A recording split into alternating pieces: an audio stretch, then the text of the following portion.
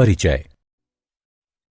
बच्चों, हम पौधों के विषय में बहुत सारी बातों का अध्ययन कर चुके हैं।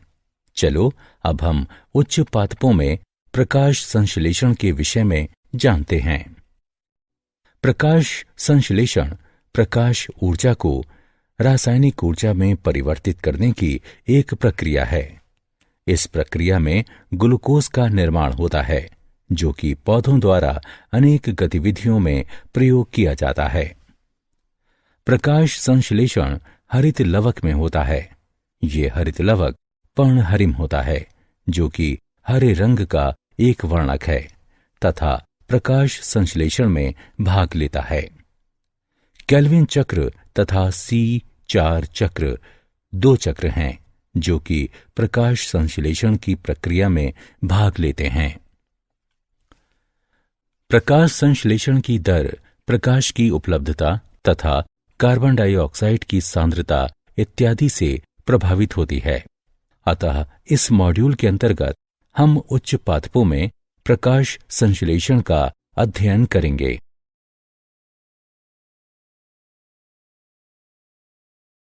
उद्देश्य: इस पाठ के अंत में आप निम्न करने में सक्षम हो जाएंगे। प्रकाश संश्लेषण को परिभाषित करना, प्रकाश संश्लेषण के प्रारंभिक प्रयोगों की चर्चा करना, प्रकाश संश्लेषण कहाँ संपन्न होता है इसको जानना, प्रकाश संश्लेषण में भाग लेने वाले वर्णकों का वर्णन करना, प्रकाश अभिक्रिया का वर्णन करना, इलेक्ट्रॉन परिवहन का वर्णन करना, जल के विघटन को परिभाषित करना, चक्रीय एवं अचक्रीय फोटो फोस्फोरिलेशन का वर्णन करना, रसोपरासरणी परिकल्पना यानी केमियोस्मोटिक हाइपोथेसिस की चर्चा करना, केल्विन चक्र का वर्णन करना, C4 पथ का वर्णन करना, प्रकाश श्वसन यानी फोटो रेस्पिरेशन की चर्चा करना, प्रकाश संश्लेषण को प्रभावित करने वाले कारकों का वर्णन करना।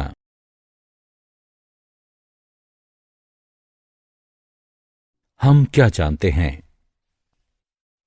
प्रकाश संश्लेषण को इस प्रकार से परिभाषित किया जा सकता है कि ये कार्बन डाइऑक्साइड तथा जल, जो कि क्रमशः वायु तथा मृदा से लिए जाते हैं, एवं प्रकाश की उपस्थिति में पौधों के हरे भागों द्वारा कार्बोहाइड्रेट्स के संश्लेषण की एक विधि है।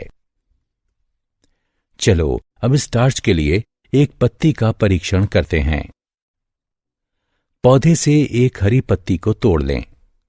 अब चिमटी की सहायता से पत्ती को उबलते जल में डालें।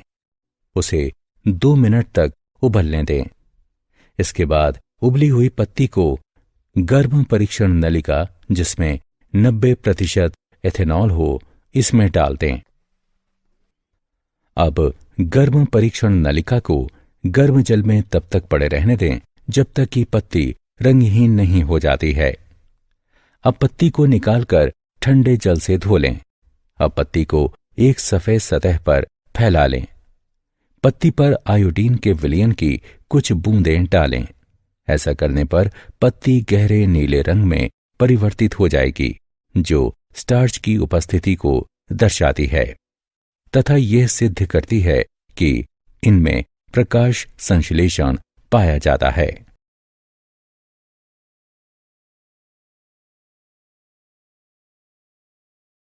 प्रारंभिक प्रयोग।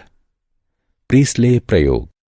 सबसे पहले उन्होंने एक जलती हुई मोमबत्ती को बंद बेल जार में रखा तथा देखा कि वो मोमबत्ती जल्दी ही बुझ गई। इसके बाद उन्होंने एक चूहे को बेल जार में रखा तथा देखा कि चूहे का भी जल्दी ही दम घुटने लगा। इन अवलोकनों के आधार पर उन्होंने ये निष्कर्ष निकाला कि चाहे जलती मोमबत्ती हो अथवा कोई प्राणी जो वायु में सांस लेते हैं, वे हवा को क्षति पहुंचाते हैं। जब उसने उसी बेल जार में एक पुदीने का पौधा रखा तो उसने पाया कि चूहा जीवित रहा और मोमबत्ती भी सतत जलती रही।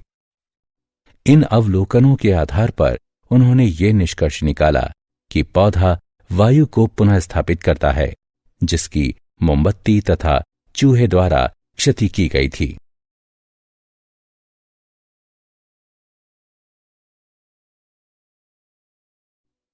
जॉन इंजनहाउस ने यह प्रमाणित किया कि प्रकाश संश्लेषण के लिए सूर्य का प्रकाश आवश्यक होता है।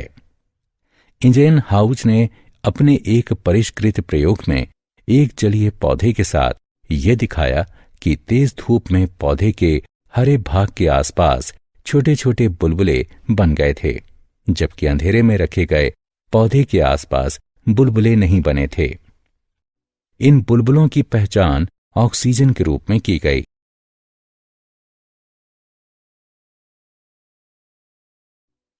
जूलियस वोन सेचस प्रयोग।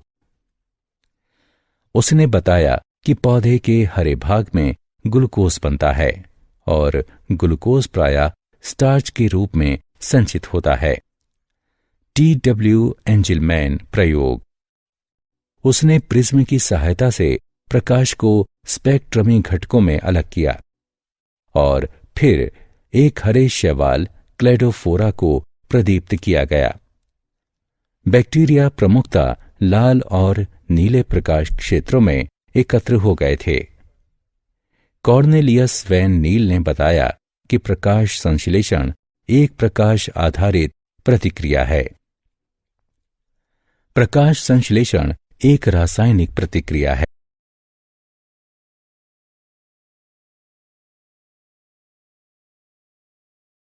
प्रकाश संश्लेषण कहाँ संपन्न होता है? प्रकाश संश्लेषण हरित लवक में होता है, जो कि पौधों के सभी हरे भागों तथा पत्तियों, जो कि प्रकाश संश्लेषण का मुख्य स्थान है, उनमें उपस्थित होता है। प्रत्येक हरित लवक आवरण से घिरा होता है, जो कि 3 परतों से युक्त होता है। वे इस प्रकार हैं: बाह्य झिल्ली, आंतरिक झिल्ली स्थान और आंतरिक झिल्ली। इसमें पीठिका यानी स्ट्रोमा, थाइलेकोइड्स, ग्रेनम, पटलिका, लिपिड, ग्लोब्यूल्स, स्टार्च की कणिकाएं और राइबोसोम पाए जाते हैं। प्रकाश संश्लेषण की 2 अवस्थाएं होती हैं: प्रकाश अभिक्रिया और अप्रकाशी अभिक्रिया। हरित लवक प्रकाश संश्लेषण की दोनों अवस्थाओं में सम्मिलित होता है। प्रकाश अभिक्रिया में झिल्ली तंत्र प्रकाश ऊर्जा को ग्रहण करता है तथा एटीपी एवं NADPH का संश्लेषण करता है। अप्रकाशीय अभिक्रिया में शर्करा का संश्लेषण होता है। ये अभिक्रिया प्रकाश पर प्रत्यक्ष रूप से निर्भर नहीं होती, लेकिन प्रकाश अभिक्रिया के परिणाम पर निर्भर होती है।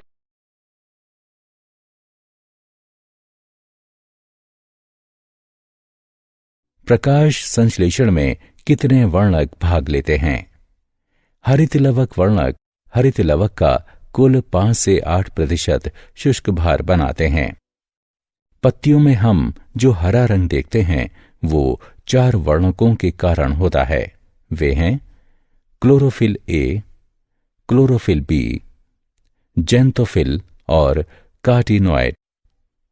क्लोरोफिल ए पादप जगत में पाया जाने वाला एक प्रकाश संश्लेषक वर्णक है। ये नीले हरे रंग का होता है तथा ये चक्रीय एवं अचक्रीय फोटोफोस्फोरिलेशन के दौरान इलेक्ट्रॉनों के उत्सर्जन के लिए उत्तरदायी होने के कारण प्राथमिक संश्लेषक वर्णक कहलाता है। क्लोरोफिल बी पीले हरे रंग का होता है। क्लोरोफिल बी स्वयं द्वारा अवशोषित ऊर्जा को क्लोरोफिल ए को स्थानांतरित करता है। इस प्रकार ये एक सहायक वर्णक कहलाता है।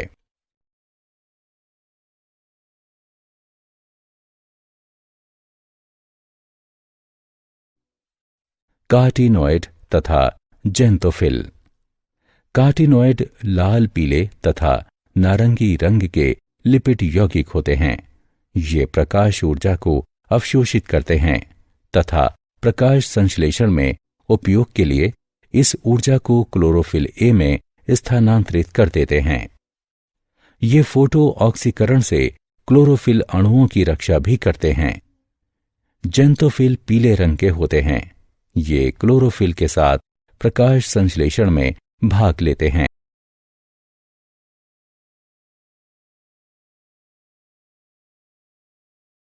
प्रकाश अभिक्रिया क्या है?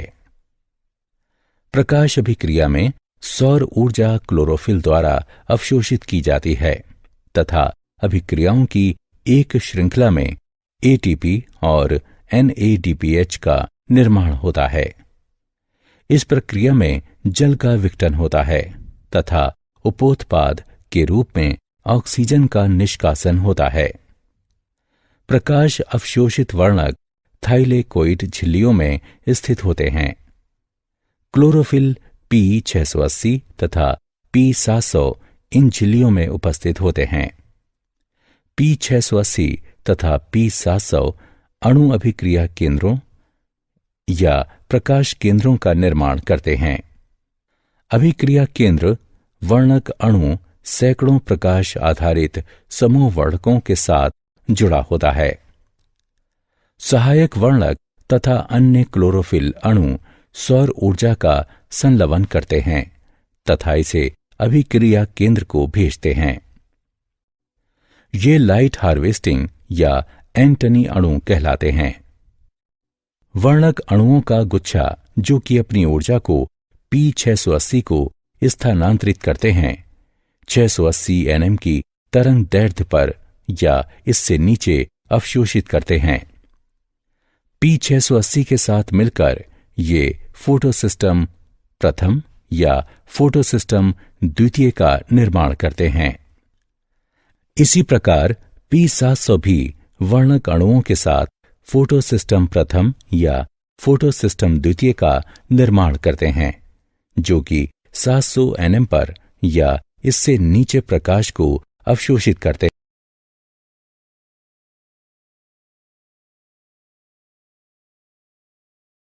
इलेक्ट्रॉन परिवहन।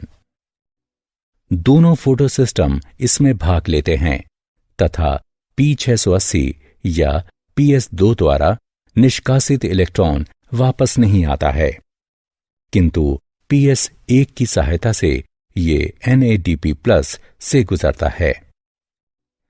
PS1 का अभिक्रिया केंद्र के इलेक्ट्रॉन भी लाल प्रकाश की 700 nm तरंग दैर्ध्य को अवशोषित करके उत्तेजित होता है और ये अन्य ग्राही अणु में जिसका अपचयोपचय यानी रिडॉक्स विभव अधिक हो स्थानांतरित होता है। ये इलेक्ट्रॉन्स पुनः अधोगामी गति करते हैं, परंतु इस बार वे ऊर्जा से प्रचुर NADP अणु की ओर जाते हैं। ये इलेक्ट्रॉन्स NADP को अपचयित कर NADPH+ और H+ को बनाते हैं।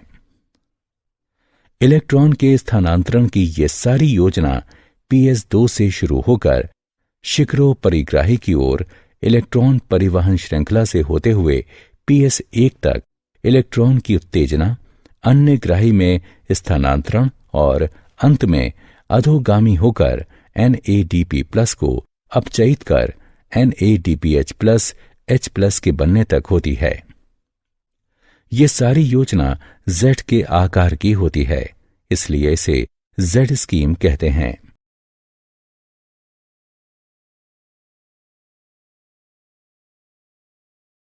जल का विघटन। ये प्रदीप्त हरित लवक में H2O का हाइड्रोजन तथा ऑक्सीजन में विखंडन होता है। प्रोटीन का एक छोटा कॉम्प्लेक्स फोटोसिस्टम 2 से जुड़ा होता है। ये ऑक्सीजन निर्माण कॉम्प्लेक्स कहलाता है। ऑक्सीजन निर्माण कॉम्प्लेक्स केंद्र जल यानी H2O, ऑक्सीजन, H+ तथा इलेक्ट्रॉन में ऑक्सीकृत हो जाता है। इस प्रक्रिया के दौरान Cl- Ca2+ तथा Mn2+ की आवश्यकता होती है।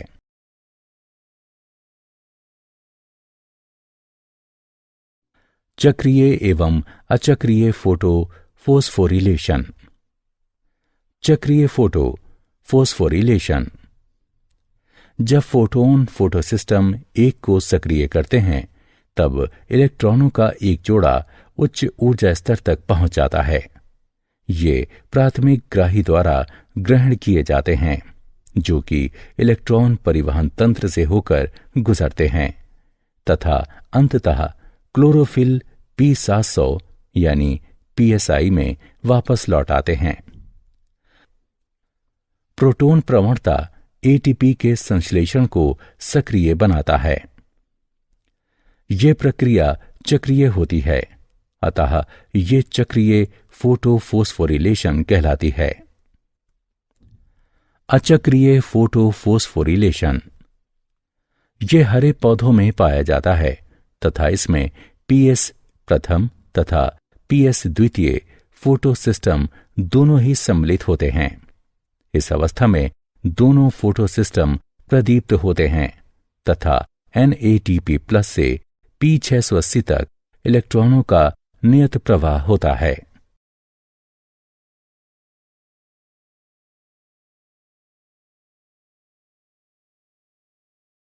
रसोपरासरणी परिकल्पना, केमियोस्मोटिक हाइपोथेसिस।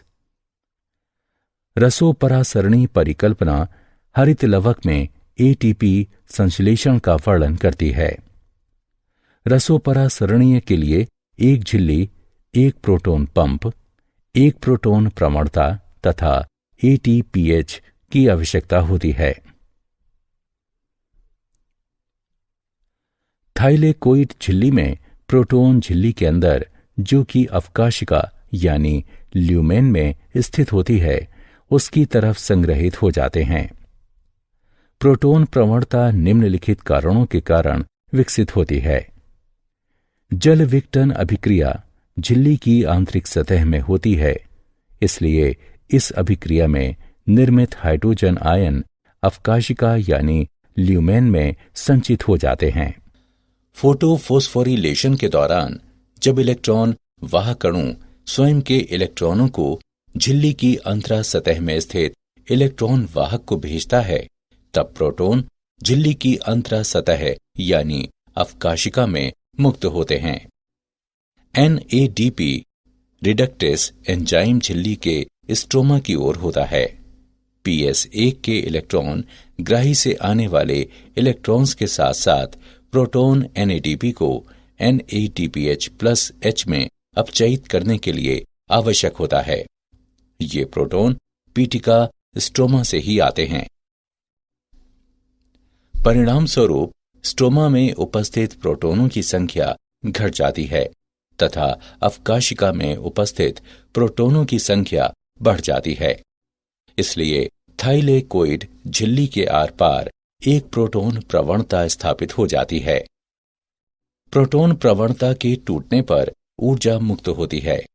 ये प्रवणता इसलिए भंग होती है क्योंकि H+ झिल्लिका में मौजूद ATPH के पारगमन वाहिका F0 के माध्यम से पीटिका यानी स्ट्रोमा में गतिशील होता है। ATPH इस एंजाइम के दो भाग हैं, F0 और F1। ATPH के कण F1 में संरूपण परिवर्तन आता है, जिससे कि एंजाइम ऊर्जा से प्रचुर ATP अणुओं का संश्लेषण कर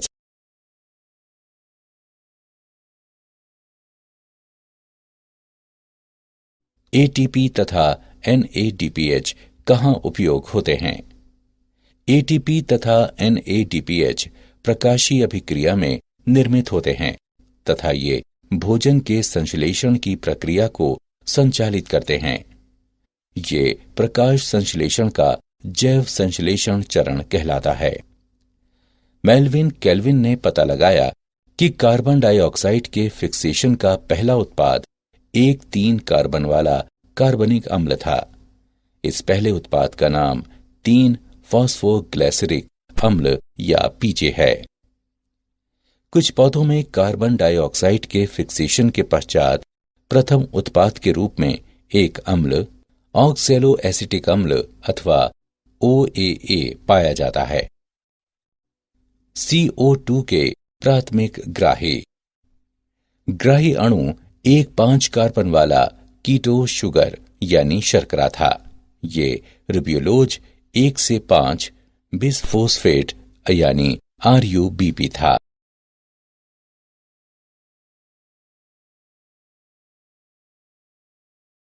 केल्विन चक्र। केल्विन चक्र में 3 अवस्थाएं होती हैं जो कि निम्न प्रकार हैं: कार्बोक्सिलीकरण, रिडक्शन यानी अपचयन, रीजनरेशन यानी पुनरुद्भवन। कार्बोक्सिलीकरण। कार्बोक्सिलीकरण में कार्बन डाइऑक्साइड यानी CO2 5 कार्बन अणु जिसे RUBP कहते हैं, इनके साथ संयोजित होता है तथा परिणाम स्वरूप 6 कार्बन वाला अणु बनता है जो कि अस्थिर होता है तथा तुरंत ही 3 कार्बन अणु 3 फॉस्फोग्लिसरेट में परिवर्तित हो जाता है।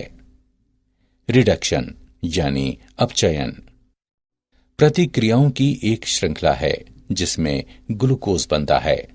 इस चरण में प्रत्येक CO2 अणु के स्थिरण हेतु ATP के 2 अणुओं का उपयोग फॉस्फोरिलेशन के लिए तथा NADPH के 2 अणुओं का उपयोग अपचयन हेतु होता है।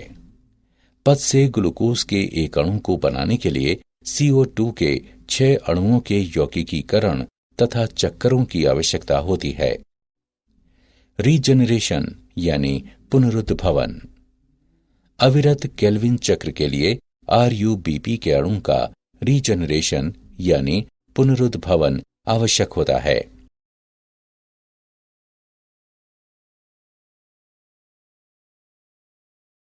C4 पथ। पौधे जो कि शुष्क उष्ण कटिबंधीय क्षेत्र में पाए जाते हैं उनमें C4 पथ होता है। C4 पौधे C3 पौधों की तुलना में दिन का ताप, तेज धूप, सूखा तथा नाइट्रोजन की कमी आदि स्थितियों में बेहतर अनुकूलित होते हैं। C4 पौधों की विशेष प्रकार की शारीरिकी होती है जिसे क्रेंजी शारीरिकी कहते हैं। C4 पौधों के संवहन बंडल यानी पोलाच्छद यानी बंडल शीत कोशिकाओं द्वारा चारों ओर से घिरे होते हैं। मक्का, गन्ना, अमृत, ज्वार आदि C4 पौधों के उदाहरण।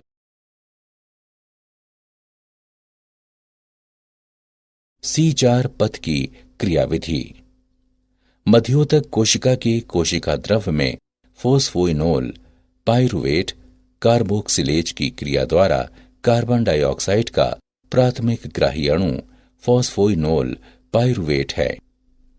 ये 4 कार्बन वाला यौगिक ऑक्सेलो एसीटेट का निर्माण करता है तथा ये एक अन्य 4 कार्बन वाले यौगिक जिसे मैलेट कहते हैं उसमें परिवर्तित हो जाता है तथा NADPH का निर्माण करता है।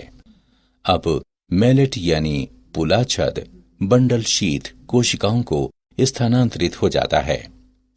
4 कार्बन वाला मैलेट विकार्बनीकृत होकर कार्बन डाइऑक्साइड, एक 3 कार्बन वाला यौगिक पाइरुवेट तथा NADPH का निर्माण करता है। कार्बन डाइऑक्साइड राइब्लोज बिसफॉस्फेट के साथ जुड़कर केल्विन चक्र में सम्मिलित हो जाती है। उत्पन्न हुई पाइरुवेट मध्योतक कोशिकाओं में पुनः प्रवेश करता है जहां पर ये ATP से प्रतिक्रिया करता है तथा फॉस्फोइनोल पाइरुवेट में बदलकर पुनः C4 चक्र को प्रारंभ करता है।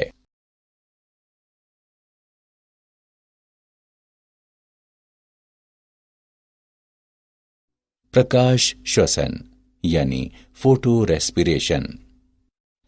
प्रकाश श्वसन यानी फोटो रेस्पिरेशन वह प्रक्रिया है जिसमें कि प्रकाश संश्लेषण के दौरान सूर्य के प्रकाश की उपस्थिति में पौधे ऑक्सीजन का उपभोग करते हैं तथा कार्बन डाइऑक्साइड मुक्त करते हैं, जिसके परिणाम स्वरूप प्रकाश संश्लेषित उत्पाद में कमी आती है तथा ATP का निर्माण नहीं होता है। C3 पौधों में रूबिस्को एंजाइम में ऑक्सीजन की तुलना में कार्बन डाइऑक्साइड के लिए अधिक बंधुता पाई जाती है तथा ये सापेक्ष सांद्रता पर आधारित होती है। गर्म शुष्क दिनों के दौरान पौधे वाष्पोत्सर्जन द्वारा जल की कमी से बचने के लिए अपने स्टोमेटा को बंद कर लेते हैं, जिसके कारण कार्बन डाइऑक्साइड पत्तियों में प्रवेश नहीं कर पाती है तथा ऑक्सीजन के अणुओं का प्रयोग किया जाता है तथा इससे एक विषैले तत्व फोस्फोग्लाइकोलेट का निर्माण होता है। इस विधि में प्रकाश श्वसन के दौरान किसी भी एटीपी का निर्माण नहीं होता है, जबकि C4 पौधों में प्रकाश श्वसन नहीं होता है। इसका कारण यह है कि इनमें एक ऐसी प्रणाली होती है जो एंजाइम स्थल पर कार्बन डाइऑक्साइड की सांद्रता को बढ़ा देती है। ऐसा तब होता है जब कार्बन डाइऑक्साइड पोलाच्छद यानी बंडल शीत कोशिकाओं में मुक्त होती है।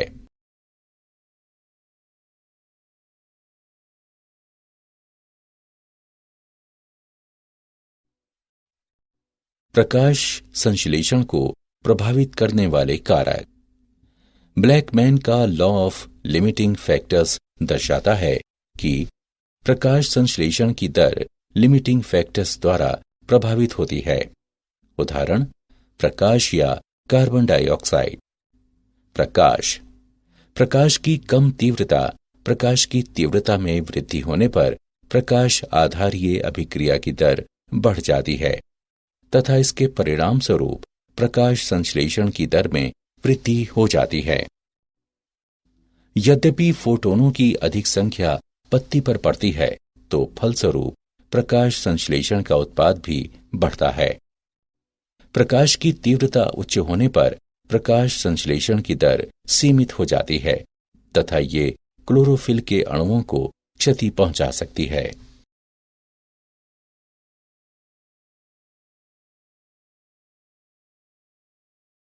कार्बन डाइऑक्साइड की सांद्रता। जब कार्बन डाइऑक्साइड की सांद्रता बढ़ जाती है तो अप्रकाशीय अभिक्रिया में कार्बन के कार्बोहाइड्रेट में परिवर्तन की दर भी बढ़ जाती है तथा इस प्रकार प्रकाश संश्लेषण की दर तब तक बढ़ती रहती है जब तक कि अन्य कारक द्वारा ये सीमित नहीं की जाती है। वायुमंडल में कार्बन डाइऑक्साइड की सांद्रता बहुत कम होती है। बढ़ती हुई सांद्रता भी प्रकाश संश्लेषण की दर को बढ़ाती है, लेकिन ये तब स्थापित हो जाती है जब स्थिरीकरण की दर अधिकतम पहुंच जाती है।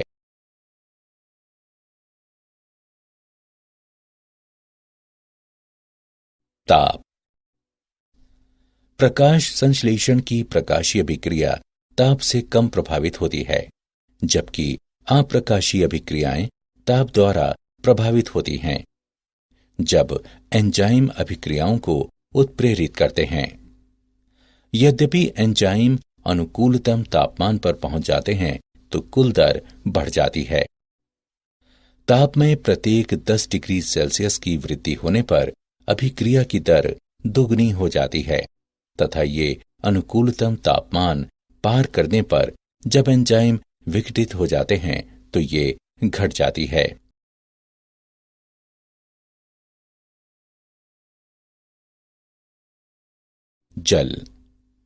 जल प्रकाश संश्लेषण का अभिकारक है।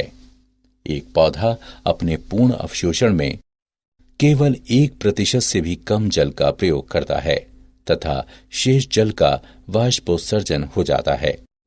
जल की कमी के कारण स्टोमेटा बंद हो जाते हैं तथा इसके कारण कार्बन डाइऑक्साइड की उपयोगिता कम हो जाती है।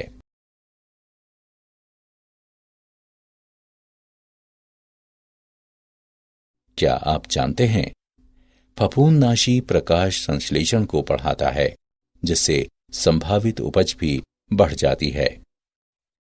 शोध से ये पता लगा है कि फफूंदनाशी में F500 पाया जाता है, जो कि पौधों को वातावरण के आघातों के विरुद्ध सहायक बनाता है। जेनिफर हॉलैंड PhD ने कहा है कि प्रकाश संश्लेषण पौधों में ऊर्जा उत्पत्ति का एक चालक इंजन है।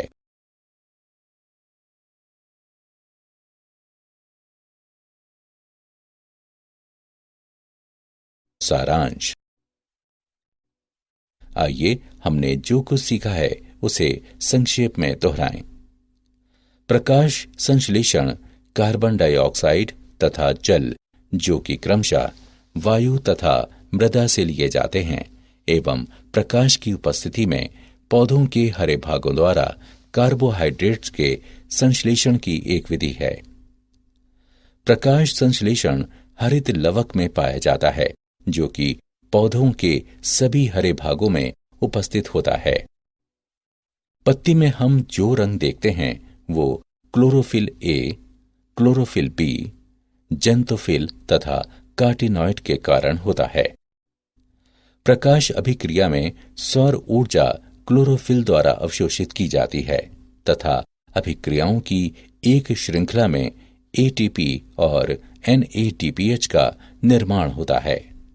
इस प्रक्रिया में जल का विघटन होता है तथा उपोत्पाद के रूप में ऑक्सीजन का निष्कासन होता है। इलेक्ट्रॉन P680 या PS2 द्वारा निकाले जाते हैं तथा PS1 की सहायता से ये NADP+ से गुजरते हैं। यह प्रक्रिया अचक्रीय फोटोफोस्फोरिलेशन कहलाती है।